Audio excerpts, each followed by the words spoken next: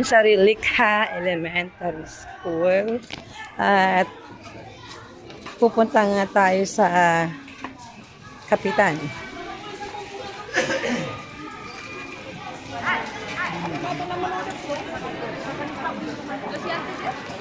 So they're from IPH Maguindanao. Hello po.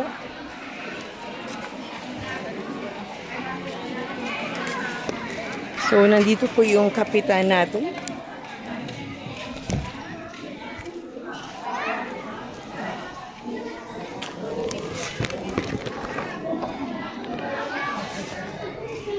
So, we'll be going sa kapitan nila. Assalamualaikum po. Waalaikumsalam. Yes po, pwede po kayo pakilala? Kapitana ng Barangay Samba, Maha Yusuf Sinsuwan. As of now po, nakikita nyo, nandito ang mga evacuees natin from Barangay Mumpong, Barangay Dinak at Barangay Kusyong, Barangay Tapian, and Barangay Badak. So marami po sila dito, almost 20 rooms ng Sarillica National High School po as of now ay na-occupy na nila. At meron pa pong mga parating. So nandito rin po ang ating mga MSSD para mag-cater po sa kanila. So ito, kailangan namin, sana may mga mabubuting puso dyan na gustong tumulong sa amin, volunteer na po dito sa mga constituents ng Datuudi na nag-evacuate dito sa school ng Sarillica National High School.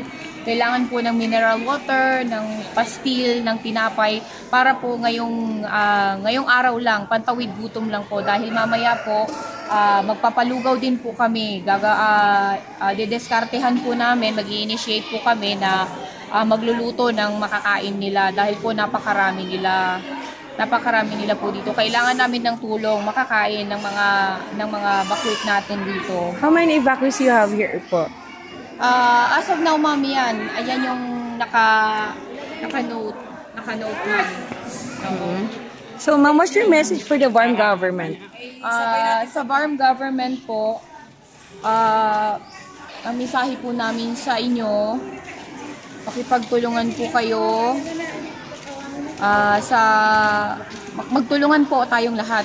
Magtulungan po tayong lahat para po itong situation na nangyayari dito sa mga barangay ng munisipyo namin ay maayos na itong mga kaguluhan. Kasi po, base sa mga bakwit dito, nasasabi nila na ang mga armado daw, kapag dumating na doon sa area at yung mga tao, umaalis naman sa kanilang mga bahay, nagbabakwit sila, yung bahay po nila pinapasukan ng mga armado at ninanakaw. Ninanakaw nila ang anumang pwede nilang mapakinabangan. Pati na rin po yung mga hayop na alaga ng mga ating mga evacuees. So, sana po magtulungan tayo na masolusyonan ito. Kagina yaden ga-apektuhan siya na sa mga constituents tano. Saka dalpada na niya, iga-apektuhan siya ganito, nagugutom yung mga tao. Kami naman, hindi namin full blast na may tulong kasi walang agarang funds na maibibigay namin, maitutulong namin sa kanila paunti-unti. So yun na, sana matapos na itong kaguluhan na ito. Umaksyon po tayo, magtulungan tayo para maging maayos, mas-secure yung mga tao dito sa Datuudin. May gusto po kay President Bongbong Marcos sa national government? May gusto kong hingin na tulong sa kanya? Yes, sa national government, sa ating President Bongbong Marcos, sana po makipagtulungan po tayo, magtulungan tayong lahat para ma-address yung issue na ito dito sa municipality natin. Dahil sa ngayon napapansin namin na itong municipality lang din namin ang parang ginigipit ng ganitong situation na lahat apektado. Hindi po ito nakakabuti, lalo na sa Varm government. Dahil po ang pinapatakbo natin po dito sa BARM government ay ang moral governance. So sana po ipakita natin na tayo dito sa BARM government, ini-exhaust natin yung moral governance sa mga tao, pati na rin po sa mga leaders natin. Yun lang. Assalamualaikum. Lugar nyo. Nagputukan. Sino yung mga naputukan po? Hindi na namin. Sino Commander Mantawin? Kumanda ng tayo, hindi ko kilala. So, naalisa na kayo doon. Bakit ongoing pa rin yung putukan ba nila? Nung umalis kami, siguro kami nagputukan. Kaya kami umalis. Okay. Nung gabi na yun, nag-ano kami tutukan. Pero hindi namin, nakikita namin yung bala na nag-ano. Pero hindi namin alam kung saan doon lang. Ganun po ba? Tapos lang, kasi pinaano namin ng pinaumagahan eh. Kasi takot kami lumabas. At yung pagdating ng umaga, pinunta kami dun sa ano namin, dun sa may tindahan namin. Ayun, putukan na naman doon banda sa ano, sa bundok. First time po ba ito nangyari dito sa inyo? Pero kilala niyo yung mga tao na babarilan? Hindi na namin kakilala kami. Hindi kasi namin nakita eh. Basta na lang nagbari na. Ganun po. Okay. Salamat po.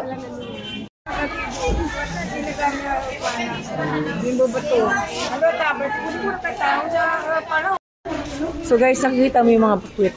Hello! So, may buntis pa. So dala po nila yung kanilang mga gamit.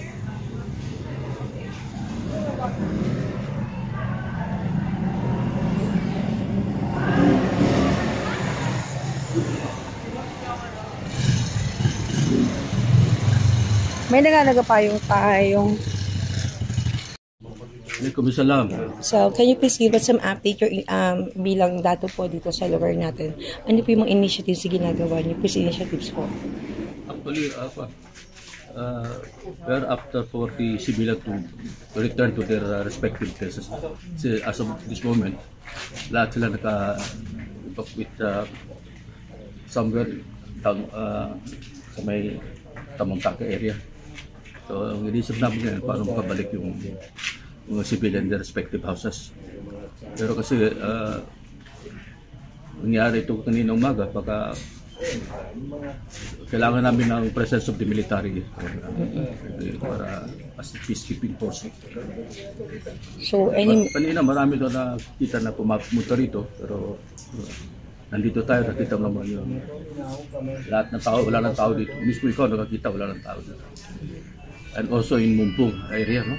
Yes po. So, yun lang ang plano namin na how to civilian will be returned to their respective houses. This is first time I think nag-happen po dito sa DOS. It's because, you know, the Chinswat are very peaceful. Yan Diba?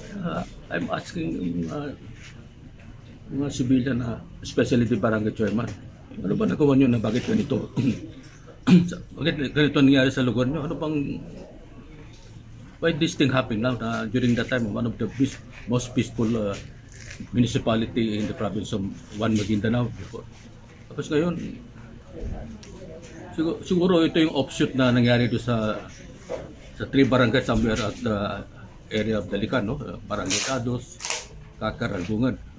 So ito siguro na naman ang inulit nila tapos just to harass the civilian from the policy ng civilian. Sa palagay niyo po may politikang kasama. I don't know if this is a political may politika dito, pero walang ibang dahilan kundi something na yung sinabi mo na this is politically motivated. Yeah, so any message for the BARM government? Gusto niyo pa natin sa... Wala na. And for the national government, kay President Bongbong Marcos, may gusto kayo parating sa kanila. Yung akin naman dito is to look into the life of the civilian. Bakit nangyayari ito dito? Na wala naman mga untoward incident before na why this thing being harassed by the armed men. Ano ba sila? Bakit sila pumunta dito na ang dami nila na pumunta rito? How many are they? Maybe some 50 to 100 armed men. Okay. I'm here just to look to the life of the civilian. Nandito ako ngayon. And dito naman yung mga mga pamangkin ko na sa working in the government. So sumama ako para makita mismo what's really happening in this respective barangay in the coastal areas. So, Yan lang ano pa. lang sa akin. Okay, sila si Vice Mayor, si board member nandoon. Makiki-update tayo, no? Assessment mo, board, sa inyong pag-iikot dito sa mga barangay na apektado ng kaguluhan dito sa bayan ng Dato Dinsinsuat. Go ahead, board. Well, assalamualaikum sa mga tagapakinig. Bali, ang pananaw namin dito ngayon sa barangay na to, yung Mumpong, Dinag at saka yung sa Kusyong ay medyo shaky pa, no? Kasi ang kailangan lang talaga dito yung mga authority, hindi sila alis sa mga perimeter. Ibig sabihin kung saan yung mga target point ng mga terorista, dapat nandun yung authority sa area na. Tulad nito sa bayan ni Dato Nasir, kailangan po na yung mga men and uniform hindi sila alis dito kasi yung panganib nandyan lang po sa tabi-tabi. Ilan po yung na-monitor natin na nasawi at nasugatan? And then nabanggit po kanina may mga bahay din na sinunog. Board. Opo, bali may nasawi na isa sa Kusyong and then may dalawang civilian na wounded. Then yung sunog, totoo yun. Meron nasunog dito sa Lasdan banda. Sinunog ng mga teroristang Amado galing sa DBS. Sa data nyo po, board, ilan po lahat-lahat yung families na affected? Well, 1,000. 1,000 siguro mga nasa more than 10,000 families yung dito kasi meron tayong 4 na barangay, Kalimpang 5 yung Tapian. Sa tingin niyo, board, bakit ito ginagawa? Bakit hinaharas yung mga barangay dito sa bayan ng Dato Dinsinsuat? Ano yung nakikita niyong motibo ng mga armado na ito? Well, matagal na akong tao dito sa coastal kasi dito na rin yung pamilya namin ng mga Sinsuat. Simulat sa pool, wala akong nangyari. Pero ngayon lang din, ngayong bagong administration, ngayon lang nagkakagulo yung aming barangay dito sa Dato Dinsinsuat. Ewan ko kung sinong may gawa. Pero according sa mga tao dito na nawiwit Consider as act of terrorism. Act of terrorism po. Sige po, ang mensahe niyo po sa ating local authorities and doon po sa mga residente na nagsilikas. Well, sa mga po talaga mapagmasid kayo, number 2. And then number 2, kailangan din po talaga mag-ingat kayo, huwag kayo magpabaya sa inyong mga sarili kasi yung mga terorista talagang nangunguha sila ng mga gamit tulad ng mga motor, saka yung kahit ng mga sapatos na hindi na dapat suotin ginukuha ng mga tao na yon. And then doon po sa mga authority, kailangan talaga magtrabaho kayo kasi talagang napakahirap po na nangyari dito sa amin sa coastal. Itong coastal na to, ito po yung sentro ng aming tourism dito sa Dato Din. Hindi lang po sa Dato Din, pati sa Maguindanao del Norte, no? Alam naman po ninyo itong coastal, ito po yung sentro talaga ng mga tourist dito po sa Parn area. Okay, maraming salamat, board. Thank you.